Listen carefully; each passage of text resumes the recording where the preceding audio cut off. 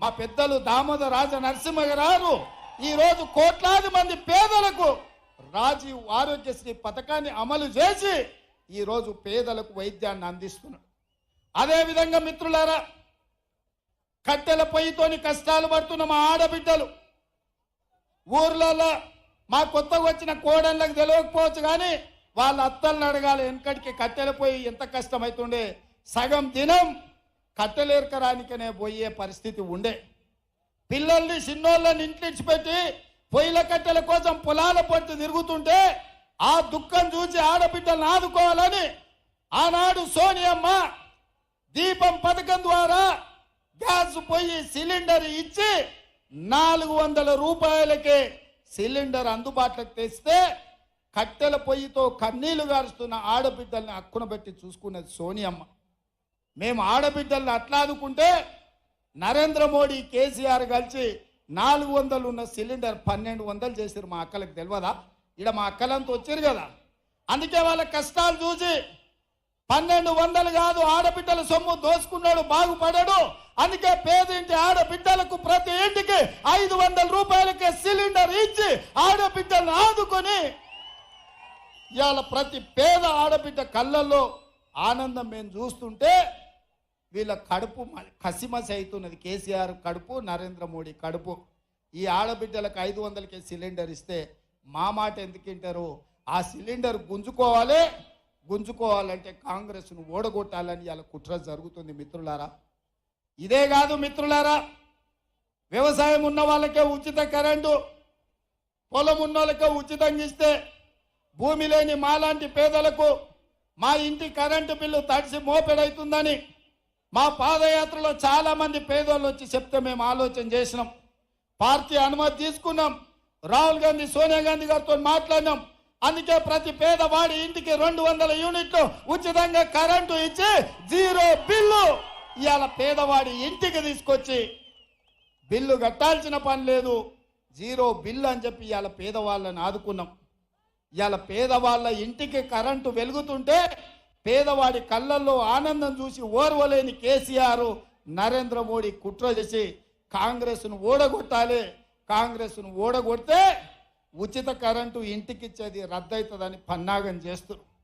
ఇదే కాదు, ఆనాడు డాక్టర్ వైఎస్ రాజశేఖర రెడ్డి గారు ముఖ్యమంత్రి ఉన్నప్పుడు తండాలలో, గూడాలలో, మారుమూల పల్లెల్లో ప్రతి పేదవాడు సొంత ఇంటి కళ నెరవేరాలని 25 లక్షల ఇందిరమ్మ ఇండ్లు ఇచ్చి పేదవాళ్లను సొంత ఇంటి వాడిని చేసిన చరిత్ర కాంగ్రెస్ పార్టీది. ఆనాడు మంత్రిగా దామోదర రాజ నరసింహ గారు, కొండ సురేఖ గారు పేదవాళ్లకు లక్షలాది ఇండ్లు ఇప్పించిన చరిత్ర. కానీ కేసీఆర్ ఏమన్నాడా? కాంగ్రెస్ వాళ్ళు ఇచ్చిన 70 ఇండ్లు వద్దు, డబల్ బెడ్రూమ్ ఇండ్లు ముద్దన్నాడు. నేను అడుగుతున్న సోయిలేని సన్నాసిని దద్దమ్మను, ఈ మెదక్ జిల్లాలో ఎన్ని డబల్ బెడ్రూమ్ ఇండ్లు ఇచ్చినవని. అయితే గీతే మీ ఎర్రవల్లిలో కమిషన్లు ఇచ్చిన వాళ్ళకి ఇచ్చినావు.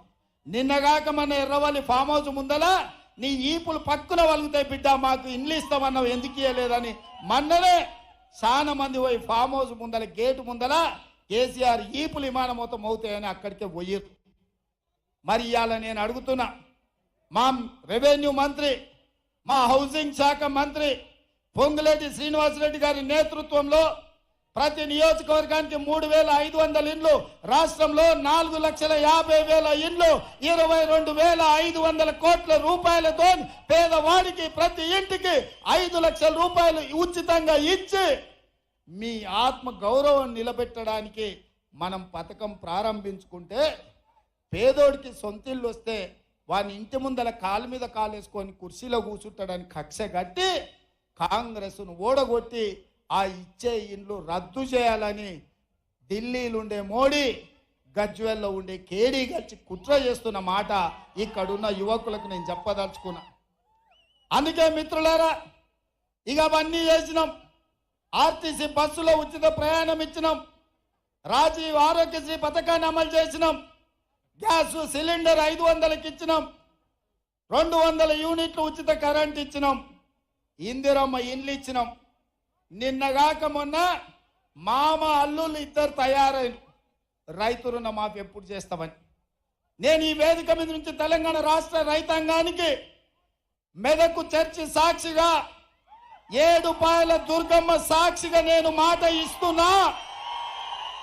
15 ఆగస్టు లోపల ప్రతి రైతుకు 2 లక్షల రూపాయల లోపల రుణమాఫీ చేసే బాధ్యత మాది, మా ప్రభుత్వాన్ని. నాది మాట. నేను మాట ఇస్తున్న మిత్రులారా, తెలంగాణ రైతాంగానికి ఏడుపాయల దుర్గమ్మ సాక్షిగా నేను మాట ఇస్తున్నా. 15 ఆగస్టు లోపల మీ 2 లక్షల రుణమాఫీ చేసే బాధ్యత నాది.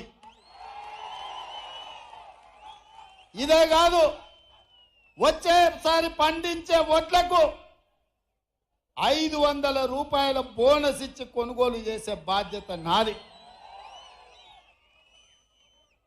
100 రోజుల్లో ఇచ్చిన 6 పథకాలలో 5 పథకాలు అమలు చేసి 100వ రోజు ఎన్నికల కోడొచ్చి ఎన్నికల క్షేత్రంలో మేముంటే వెనుకంగా కాళ్ళ కట్టబెట్టాలని కేసీఆర్ ఆయన అల్లుడు బయలుదేరి. నేను ఆయన చెప్పిన, దూలం లెక్క పెరిగితే సరిపోదు, దూడకున్న బుద్ధన ఉండాలి హరీష్ రావు. నీకు 10 ఏళ్ళు గాడిద లెక్క నువ్వు నీ మామ ముఖ్యమంత్రి మంత్రిగా ఉన్నారు. డబుల్ బెడ్రూమ్ ఇల్లు ఇయ్యలే, ఇంటికో ఉద్యోగం ఇయ్యలే, దళితుల 3 ఎకరాల భూమి ఇయ్యలే, ఫీజు రియంబర్స్మెంట్ చేయలే, గిరిజనులకు రిజర్వేషన్లు ఇయ్యలే, పోడు భూముల పట్టాలు ఇయ్యలే. మా మిత్రుడు చెప్తున్నాడు. మాదిగల ఏబిసిడి వర్గీకరణ చేయలే, ముదిరాజులను బీసీ-డి నుంచి ఏ గ్రూపులకు బదలాయింపు చేయలే. సన్నాసుడా, 10 ఏళ్ళు నువ్వు ప్రభుత్వంలో ఉండి పన్లిగుల పెట్టి ఇవాళ వచ్చి 100 రోజుల్లో మేము ఇన్ని చేస్తే అప్పుడే దిగిపో అని అంటున్నావు. ఏం అల్లా తప్పగా వచ్చినాం అనుకుంటున్నావా? అడుక్కుంటూ వచ్చినాం అనుకుంటున్నావా? అయ్య పేరో మావ పేరో చెప్పి కుర్చీలో కూర్చున్నాం అనుకుంటున్నావా? బిడ్డ, నీలాకటోళ్ళని తొక్కుకుంట ఇక్కడికి వచ్చినాం. 10 ఏళ్ళు ఇక్కడనే ఉండం. ఎవడొస్తాడో, నువ్వు వస్తాడో, నీ మామ వస్తాడో, నీ బామ్మార్త వస్తాడో, వాళ్ళని పుట్టించిన అయ్యొస్తాడో ఎవడొస్తాడో రాండి బిడ్డ, పండబెట్టి తొక్కకపోతే చూస్తాం. 10 ఏళ్ళు ఇందిరమ్మ రాజ్యం ఉంటుంది, ప్రజాపాలన జరుగుద్ది, ప్రజల కష్టాలన్నీ తీర్చే బాధ్యత కాంగ్రెస్ పార్టీ తీసుకుంటుందని చెప్పి నేను ఈ సందర్భంగా తెలియజేస్తున్నా. అందుకే మిత్రులారా, నరేంద్ర మోడీ ప్రతి సంవత్సరం 2 కోట్ల ఉద్యోగాలు, 10 ఏళ్లలో 20 కోట్ల ఉద్యోగాలు ఇస్తానే ఒక్క ఉద్యోగం ఇవ్వకుండా ప్రజల్ని మోసం చేసినందుకు బండకేసి మోడీ ప్రభుత్వాన్ని కొట్టాలి అని చెప్పి నేను ఇక్కడ ఉన్న మా మిత్రులకు చెప్తున్నా. రైతుల ఆదాయాన్ని 2 చేస్తామని ఢిల్లీ సరిహద్దులో వందలాది మంది రైతులను కాల్చి చంపిన చరిత్ర భారతీయ జనతా పార్టీది. రైతులను చంపిన బీజేపీ ప్రభుత్వాన్ని బొందబెట్టాలి అని చెప్పి తెలంగాణ రైతాంగానికి నేను విజ్ఞప్తి చేస్తున్నా. ప్రతి పేదవాడికి సొంతింటి కళ్ళ నెరవేర్తాం 2022 లోపల అని చెప్పిండు. ఏ పేదవాడికి ఇల్లు ఇవ్వలేదు. అందుకే మోడీ ప్రభుత్వాన్ని, బీజేపీని గద్దె దించాలి అని చెప్పి నేను ఈ సందర్భంగా తెలియజేస్తున్నా. ఇదే కాదు, జన్ధన్ ఖాతాలో స్విస్ బ్యాంకులో లక్షలాది కోట్ల రూపాయల నల్లధనం ఉంది. ఆ నల్లధనాన్ని తెచ్చి ప్రతి పేదవాడి ఖాతాలో 15 లక్షల రూపాయలు వేస్తా అని నరేంద్ర మోడీ చెప్పిండు. నేను అడుగుతున్న మా అక్కల్ని, మా సోదరులని, మోడీ మీ ఖాతాలో 1 పైసాన్ని వేసిండా? 10 పైసలని వేసిండా? ఏకాన కూడా మన ఖాతాలో అని మోడీ గారు 10 ఏళ్ల తర్వాత వచ్చి మళ్ళా పార్లమెంటు ఓటు అడుగుతున్నాడు అంటే మోడీ ఎన్నిసార్లైనా మనల్ని మోసం చేయొచ్చు అని అనుకుంటున్నాడు. అందుకే ఆలోచన చెయ్యండి మిత్రులారా. ఎప్పటికైనా పేదవాడి ప్రభుత్వం, పేదవాడికి అండగా నిలబడేది ఈ 3 రంగుల జెండాని. ఈ 3 రంగుల జెండాను నమ్ముకున్నోడు, పాడైనోడు ఎవడు లేడు. 3 రంగుల జెండా అండగా ఉంటే ఏదైనా ఛేదించవచ్చు. అందుకే నా ముదిరాజు సోదరులకు నేను ఒక మాట చెప్పదలుచుకున్నా. ముదిరాజు బిడ్డలారా, మీరు ఆలోచన చేయండి. మీ సోదరుడు పేదోడు మీ ఇళ్లలో పుట్టి మీ ప్రతిష్ట నీల మధుకియాల ఒక్క పక్కన గడీలలో ఉండే దొర ఉన్నాడు, రెండో పక్కన ఓ పెద్దరెడ్డి ఉన్నాడు. మరి పేద బలహీన వర్గాల ముదిరాజు బిడ్డకు పార్లమెంట్ టికెట్ ఇచ్చినాం, ఇందిరమ్మ వారసుడిగా ప్రకటించినాం. ఇవాళ మీ బిడ్డని గెలిపించుకునే బాధ్యత మీ మీదనే ఉంది. ఎవడైనా తులమిచ్చిండనో వనమిచ్చిండనో ఆఫ్ ఇచ్చిండను ఫుల్ ఇచ్చిండను ఏదన్నా నమ్మితురంటే బీఆర్ఎస్ అభ్యర్థి ఎవడో మీకు తెలుసా?